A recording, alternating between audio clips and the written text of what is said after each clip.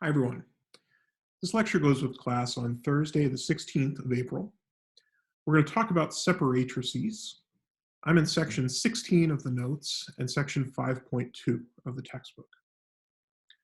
So in the last video, we saw that the uniqueness theorem for systems of differential equations showed that solutions cannot cross in the phase plane itself. So a picture like the one I've drawn here can't occur. So we're going to exploit this graphical fact using particular solution trajectories. Those trajectories are going to be separatrices. So the definition goes like follows.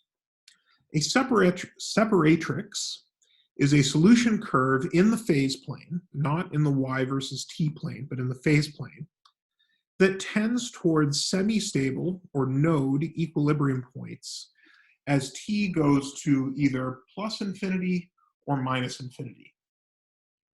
Probably the easiest thing to do here is to take a look at a picture. In this picture, we have in the phase plane an equilibrium point here at the origin, and we've got some solution trajectories moving through the phase plane. These two trajectories here in green head towards that node equilibrium point as t goes to infinity. So we might, for instance, refer to these as stable separatrices.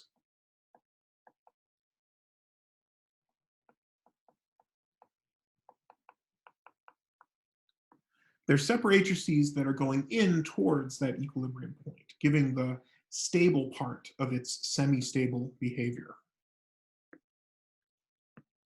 In blue, here and here, we have separatrices, solution trajectories that go towards that equilibrium point, but now they go towards it as time goes backwards, right, in the opposite direction of the arrows.